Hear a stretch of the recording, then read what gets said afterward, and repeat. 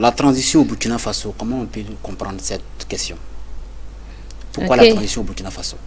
La transition au Burkina Faso, c'est d'abord le titre d'un de mes livres, de mes écrits. Je ne l'ai pas apporté ici. Mais le titre s'est imprimé, mes transitions au Burkina Faso. Tout à fait. Voilà, et vous verrez quand on parle de spiritualité, il y a des passages bibliques qui sont énoncés, il y a des révélations reçues qui sont énoncées dedans. Donc, c'est d'abord le titre du livre, mais c'est aussi un fait important qu'il faut souligner. C'est pour ça que nous allons en parler ce soir. Donc la transition, tout le monde sait que quand on parle de transition, c'est le passage d'un état à un autre. Le passage Régime, alors. état avec petit e pour dire d'un aspect à un autre, d'une situation à une autre, voilà, d'un âge à un autre, et ainsi de suite. Il y a plusieurs sortes de transitions, transition démographique, transition politique, transition religieuse, sociologique, il y en a plein. Mais ce soir, nous allons parler de la transition politique dans notre pays. Et nous savons que ça a débuté le 31 octobre 2014. Le 30 et 31 octobre. 30 et 31 octobre 2014. Et c'est allé jusqu'aux élections en 2015. Oui. Voilà. Donc, cette transition est passée sans qu'on ne perçoive vraiment le côté spirituel de la chose.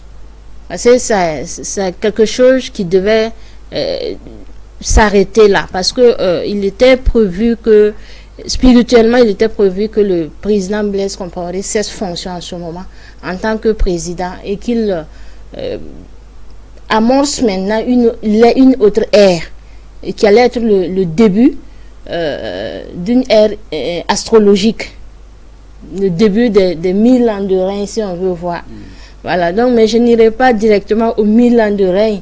Je vais d'abord faire comprendre que comme il n'a pas su le temps marqué, parce qu'on a dit après les 62 semaines, un an sera retranché, il n'aura pas de successeur.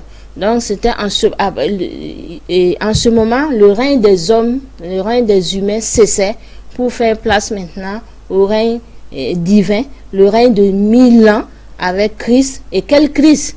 Le Christ universel, le Christ cosmique, et qui allait diriger chaque vie, la vie de chaque individu. D'accord. Voilà. Mais vous avez dit tantôt que c'était une chose qui était programmée sur le plan spirituel. Et comment est-ce que ceux-là qui nous suivent actuellement peuvent comprendre cette réalité? Parce que quand même, la population, c'est le mécontentement de la population qui a fait créer donc le jour donc l'insurrection. Alors, et vous dites que c'est une situation hautement spirituelle. Comment est-ce qu'on peut comprendre cela? C'est vrai que c'est la population qui s'est soulevée, mais rien ne se passe dans le physique sans que ce ne soit d'abord... ça ne se passe d'abord dans l'invisible. Donc rien ne devient physique que si ça ne passe d'abord par le spirituel. Donc... je peux dire que je dis c'était programmé parce que on a déjà parlé ici du Thermidor. Oui. Son arrivée au pouvoir à 36 ans qui forme 9 et son départ du pouvoir à 63 ans 9, les 27 ans de pouvoir 9, 9, 9, 9, 29 et 27, donc ça fait 9, 9 3 fois et c'est la limite pour un homme. Le nombre, oui, c'est un nombre plein. Donc il était arrivé au bout de son règne. C'était le moment où il devait se retirer s'il s'était connu lui-même, s'il se connaissait. C'est pour ça que je dis que la connaissance de soi est la plus grande école, c'est la plus grande connaissance qu'une personne puisse détenir. Donc s'il s'était connu, il saurait que c'est en ce moment qu'il devait rétablir le règne divin. Parce qu'il est un enfant du Verseau et c'est pour ça qu'il est appelé le chien dans la sourate 18 du Coran. Donc un enfant du Verseau qui allait annoncer l'ère du Verseau.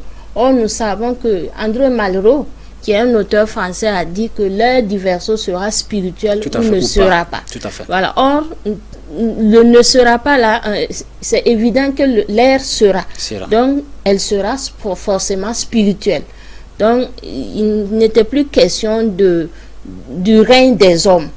Il fallait passer du règne des hommes maintenant au règne de Dieu, au règne du Christ universel, au règne du Christ dans le cœur de chaque être humain. Et c'est ça que les musulmans à leur côté appellent l'islam, parce que c'est la soumission de chaque individu à Dieu, à son Christ intérieur. Donc, c'était ce passage-là qu'il fallait annoncer, marquer, mais ça n'a pas pu se faire. Et c'est intervenu quand même parce que c'est le temps marqué. La dernière fois, vous avez laissé entendre que Blaise Compaoré, c'est vrai, j'ouvre cette fenêtre-là. C'est vrai que ce n'est pas une question qui était prévue, mais je profite de l'occasion pour en parler. Alors, vous avez dit que c'est le oin, on va dire. Oui, c'est un des oins, mais le loin qui restait en tout cas. Donc, ce monsieur a dirigé ce pays, en tout cas pendant des années. Peut-être au moment où on n'était pas encore né, on dira quelque part. Mais aujourd'hui, le constat est clair que durant ce règne aussi, il y a eu beaucoup de crimes. Bien sûr. Comment est-ce qu'un oin de Dieu peut permettre à ce qu'il y ait cette récréation de crimes, on va dire? Comment on peut comprendre cela? Parce qu'on n'arrive pas à faire le rapport, en fait. Oui, c'est ça. C'est pour ça que je disais qu'il fallait qu'ils se connaissent. S'ils se connaissaient, cela n'allait pas se produire.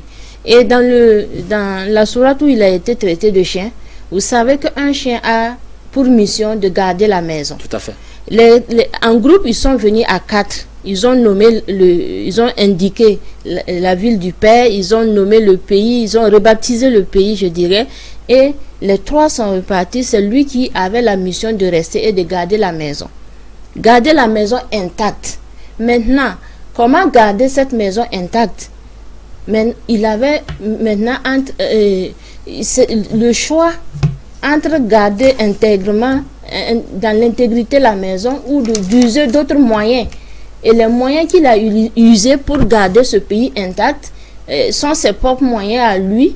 Et on ne peut pas lui en vouloir pour ça, parce que est-ce que en face de lui, il avait le choix devant le maître le colon, je veux parler, est-ce qu'il avait le choix vraiment? Moi, je ne sais pas, je ne veux pas parler à sa place, je ne veux pas devenir son avocat, son avocate ici, mais c'est juste pour dire qu'il a usé de ses propres moyens pour garder le pays, mais même si c'est la mauvaise manière, c'est sa manière à lui de le faire, de garder la maison, d'accomplir sa mission. Vous voyez, la maison a été gardée intacte pendant son règne. Quand bien même il n'a pas su bien le faire selon les hommes. C'est pour ça que quand vous lisez toute la sourate, vous verrez qu'à partir de la sourate, du verset 65, l'ange qui parle à Moïse va faire comprendre que rien n'arrive sans la volonté de Dieu. Rien n'arrive sans la volonté de Dieu. Et c'est pour dire que ici, je me demande si les humains peuvent vraiment juger cet homme-là. Parce que tout ce qui est accompli était écrit. D'accord. Tout ce qui est accompli était écrit, a dit Madame Ouedraogo. Nous allons poursuivre avec nos différentes questions. Oui. Alors, vous dites aussi que cette transition est le symbole d'une grande transition universelle. Oui. Pourquoi vous dites cela? Je dis cela parce que je venais tantôt de signaler que le fait de dire qu'un oin sera retranché, il n'aura pas de successeur, cela mettait fin au règne des hommes. Et maintenant permettait le passage au règne de Dieu, au règne divin. Maintenant, comme ça n'a pas été su, les choses continuent comme si rien ne s'était passé. Comme si personne n'a perçu qu'il fallait passer à l'âge divin. Dieu ne descend, le royaume de Dieu ne vient pas de manière à frapper les regards, comme dit la Bible. C'était aux gens d'écouter les messages envoyés tantôt par les différents messagers, je dirais, pour comprendre où on est et où on doit aller. Dès qu'il avait été retranché, c'était le bon moment pour essayer de comprendre. En tout cas, de notre côté, nous avons fait de notre mieux. On s'est débattu comme on pouvait. On a tout fait pour faire comprendre que ce n'était plus le moment pour passer au règne d'un homme, au règne d'un autre homme, mais il fallait maintenant passer au règne divin. C'est-à-dire, vous savez, ce règne-là, c'est le passage d'une ère à une autre maintenant. Au lieu que ce soit, la transition au Burkina Faso a été simplement le signe d'une autre grande transition. Et cette transition, c'est laquelle? C'est le passage de l'ère du poisson à l'ère du Verseau. Et l'ère du Verseau, dans sa première moitié, les 1000 ans, est censée être une ère de lumière dans sa première moitié. C'est pour ça qu'on parle du règne de 1000 ans. Maintenant, comment passer du règne de l'ère du poisson à l'ère du Verseau, et quelle transformation il fallait opérer? On devait passer maintenant de la politique politicienne au règne de l'intégrité. Voilà. Maintenant, comment cela peut se faire? C'était vraiment aux hommes de pouvoir expliquer ça, aux gens de culture de pouvoir expliquer, mais cela n'a pas été le cas. Je vais prendre deux exemples, deux faits qui se sont produits. Le premier fait est biblique. Le deuxième fait s'est accompli dans notre pays. Donc, je vais prendre le cas biblique. Le roi Nebuchadnezzar aussi a vécu exactement comme le président Blaise Compaoré. Je sais que lui aussi, quand le prophète Daniel lui a fait la remarque qu'il devait diriger le pays selon la justice, il ne l'a pas écouté. Il a dit qu'il a bâti Babylone par la puissance de sa main, par la force de sa puissance. Donc, il rapportait tout à lui, sa puissance. Je sais aussi que le président Blaise Compaoré, lors d'un discours, a dit que le Burkina Faso n'a pas besoin d'institutions fortes, mais d'hommes forts. Donc, c'était ce même cas-là qui a fait... On dit que l'orgueil précède la chute. Face à Obama. Voilà. Donc, ce qui s'est passé avec le roi Nebuchadnezzar, c'est ce qui s'est passé avec le président Blaise Compaoré. Nebuchadnezzar a été chassé par son peuple aussi, et il est allé vivre en brousse comme un animal pendant plusieurs années, 7 ans je crois, et c'est à l'issue de ça, quand il s'est souvenu, son esprit a été ouvert et il s'est repenti en lui-même et a été rappelé par les grands de son pays. Et quand il est arrivé, il n'a pas dit qu'il régnerait, mais il a dit qu'il louait le Dieu des cieux, qu'il vénérerait le Dieu des cieux, que c'est lui seul qui domine et c'est lui qui abaisse les orgueilleux. Donc il a reconnu que dès son retour, c'était maintenant au Dieu des cieux qu'il fallait rendre toute louange. Tout voilà. Le deuxième fait maintenant au Burkina, c'est quoi? Le deuxième fait, c'est un roi de Burkina ici, nommé Naba Zombré. Naba Zombré aussi a fait 30 ans au pouvoir. Et au bout des 30 ans, il y a la population aussi qui s'est soulevée et a repris le pouvoir et pour donner à un de ses fils, le fils héritier. Et lui, il s'est exilé dans un village pas loin d'ici nommé Bictoro. C'est connu, c'est un de nos villages, donc c'est quelque chose de vérifiable. Il s'est exilé à Bictoro et c'est au bout de 3 ans que son fils est allé lui rendre visite. Et quand il est parti, son père lui a reproché le fait qu'à cause de lui, il souffre alors que son mandat n'était pas fini, son règne n'était pas terminé. Et le fils a dit à son père, ce n'est pas moi, c'est le peuple qui a voulu qu'il en soit ainsi. Si le peuple le veut à nouveau, je te rendrai ton trône.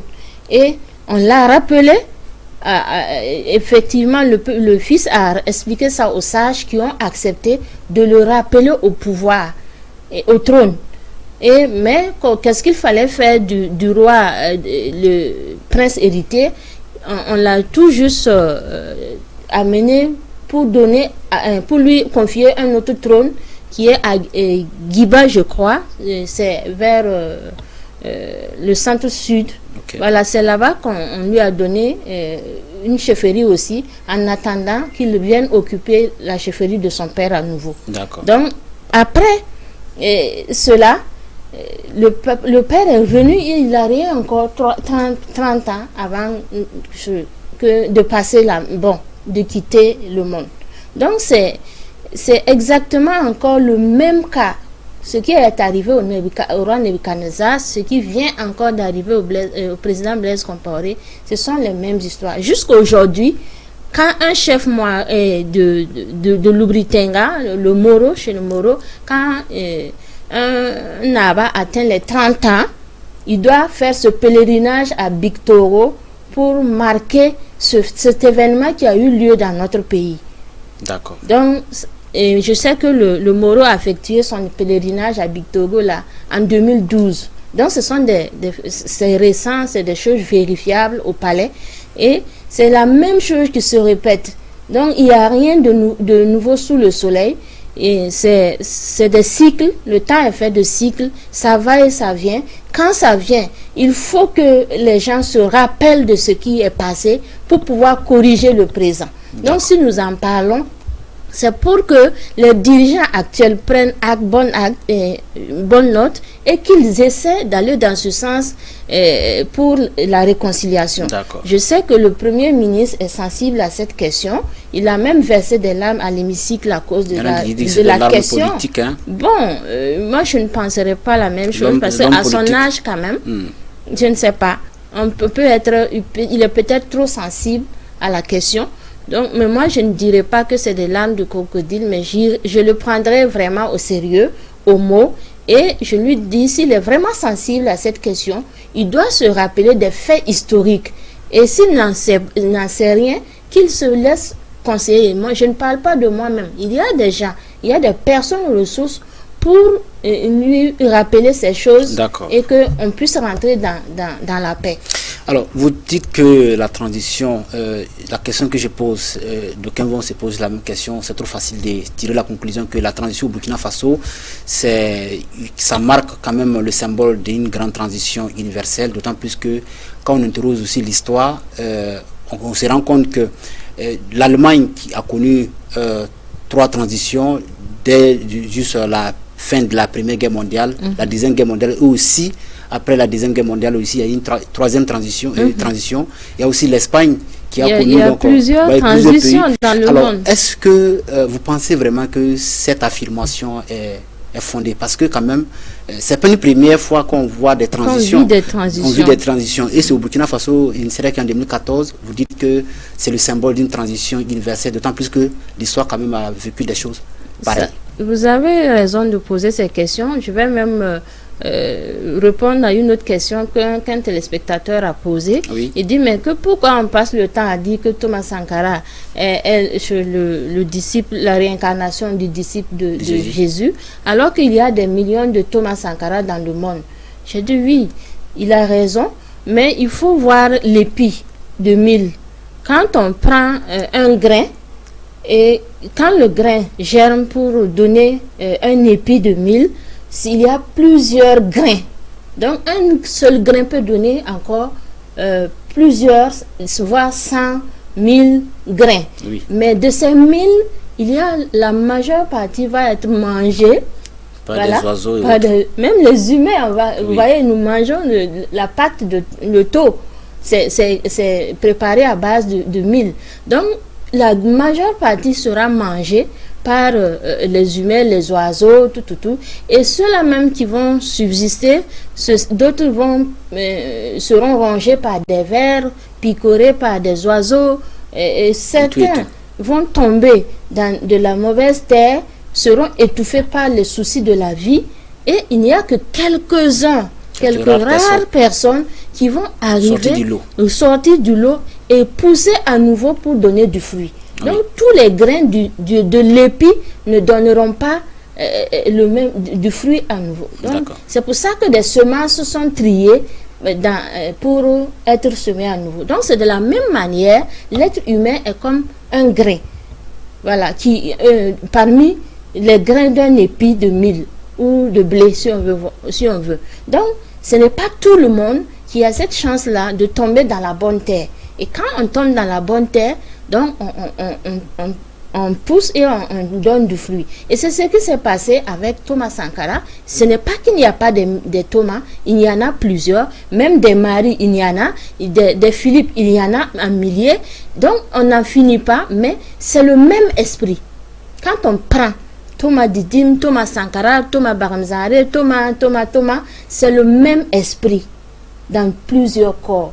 Comme dans le grain aussi, il y a la même ADN, les mêmes gènes dans le grain. Donc c'est la même chose, mais tous ne travailleront pas pour la cause. Maintenant ma question. Voilà. Donc c'est pour dire que pour le Burkina c'est exceptionnel parce que déjà nous avons expliqué ici que Burkina Faso était la promesse divine dans Apocalypse pour les derniers temps. Vous voyez, c'était pour les derniers temps. Et on a dit à celui qui vaincra, j'écrirai sur lui la ville de mon père, le nom de mon père, le nom de la ville de mon père et mon nom nouveau. Donc, c'est pour ça que le Burkina est exceptionnel et ça s'accomplit en temps exceptionnel, dans les derniers temps. Voilà, et en temps marqué. Donc, nous trouvons ici que les temps sont marqués pour le Burkina en tout cas. Même si la transition en Allemagne avait été pour cela, si les gens ne se sont pas reconnus, si une personne n'a pu reconnaître ce temps pour faire changer les choses, au moins au Burkina, il y a des gens qui se rappellent, qui ont su qu'il se passe quelque chose dans le spirituel et qui l'annoncent. Maintenant, ce qu'on en fera n'engage que ceux qui sont au pouvoir. Ce qui est sûr, nous avons déjà annoncé que il n'y aura pas de Justement, je voulais vous poser la question, c'est la question qui a suscité beaucoup de, on dira, colère de nos téléspectateurs. Alors, il dépose la question, pourquoi vous dites cela? Et quelles sont les raisons qui peuvent soutenir une telle idée? Voilà, je ne vois pas pourquoi il faut être en colère si c'est juste pour passer un temps de paix. Qui ne recherche pas la paix actuellement? Nous voyons comment est la sécurité au Burkina. Donc nous recherchons tous la paix, mais ce n'est pas la voie de la paix que les politiciens ont pris. Ce n'est pas la voie. Je ne vois pas quelqu'un qui va venir faire mieux que le président Roch présentement. Ce n'est pas une affaire d'homme, c'est une affaire de temps accompli. Une affaire où il faut passer maintenant du règne des hommes au règne de Dieu. Subir pourquoi? C'est un changement positif. C'est nous qui voyons que c'est négatif. Mais il y a des morts, déjà. Non, c'est pas la transition qui amène ça, mais c'est l'ignorance de la chose qui amène ces morts. L'ignorance est liée par rapport aux attaques là.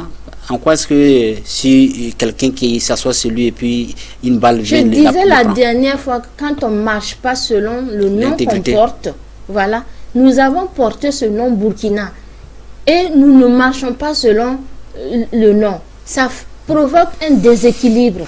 Et dans ce déséquilibre-là, même des innocents peuvent mourir. D'accord. Voilà. Avant de passer à notre spot là, on va lire un message qui nous vient de Bobo Dioulasso, c'est Omar. Depuis Bobo Dioulasso, il a envoyé la question la fois passée, on n'a pas pu lire. Alors, quelle lecture prophétique faites-vous pour l'année 2019 au Burkina Faso? Je ne sais pas s'il y a un lien. Moi, je n'annonce pas des choses de ma propre volonté. C'est quand cela m'est révélé que je le dis. Tel que je l'ai dit pour 2020, voilà, cela m'a été annoncé au fond de moi et je l'annonce, je 2020, transmets. Mais 2019, ce qui va se passer, si rien ne m'a été révélé, je ne dirai pas quelque chose de moi-même. Et si 2020 arrive et que ce que vous dites n'est pas exactement ça, quelle image madame voudrait qu'on ait sur elle? Bon, on aura l'image qu'on voudra avoir de moi. Et ça me fera ni chaud ni froid en ce moment parce que je sais que ce que j'annonce, c'est pour attirer l'attention des gens que nous devons passer à une époque meilleure. Maintenant, si nous voulons penser que c'est les hommes qui sont la solution, on peut changer d'homme, mais la solution, on n'aura pas la solution. D'accord. Les gens, je veux dire que cette annonce qui a été faite comme prophétie, j'ai transmis qu'un message, mais ce n'est pas moi qui accomplira ce qui va se passer. C'est l'univers qui va accomplir cela. Maintenant, si l'univers permet qu'il y ait élection, on peut avoir quelqu'un d'autre au pouvoir ou même le même au pouvoir, mais rien ne va changer. Ça, au moins, c'est clair. Parce que actuellement, c'est passer du règne des hommes au règne de Dieu. Voici, ce sont des choses qui appartiennent à notre paix comme ça. Si on veut la paix, c'est comme ça qu'il faut faire. Mais si on veut continuer dans les troubles, on peut continuer, on peut prendre la voie que nous voulons, la voie de la rébellion, je dirais. Mais ça ne nous amènera nulle part.